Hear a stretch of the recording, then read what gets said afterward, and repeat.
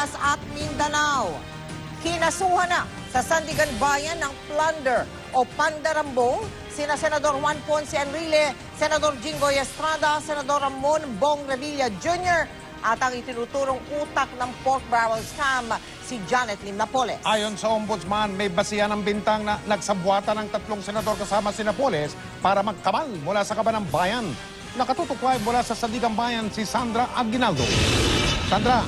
Mel, may kahon-kahong dokumento ang ipinasok ng ombudsman dito sa Sandigan Bayan pasado 3:00 ng hapon at ito nga po ay mga dokumento kaugnay sa kasong plunder na isinampa laban sa 3 senador na sangkot umano sa pork barrel fund scam.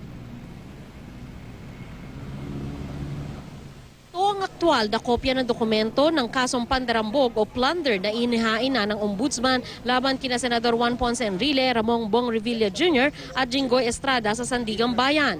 Sa 3 magkakahiwalay na kaso na isinampa ng ombudsman, kasama ng 3 senador sa kaso ang sinasabing utak sa 10 billion peso pork barrel scam na si Janet Lim Napoles. Sa kaso ni Revilla, kasama rin niya nakasuhan ang kanyang dating staff na si Attorney Richard Cambe. Ayon sa ombudsman, nagsabwatan sila kasama si Napoles at nagkamal ng ill-gotten wealth na nagkakahalaga ng 224,512,500 pesos. Si Enrile naman, kasama sa kaso ang kanyang dating Chief of Staff na si Attorney Jessica Gigi Reyes, Ronald Lim at dating driver ni Napoles na si John De Asis. Ayon sa ombudsman, nagsabwatan sila kasama si Napoles at nagkamal ng ill-gotten wealth na nagkakahalaga ng 172,834,500 pesos.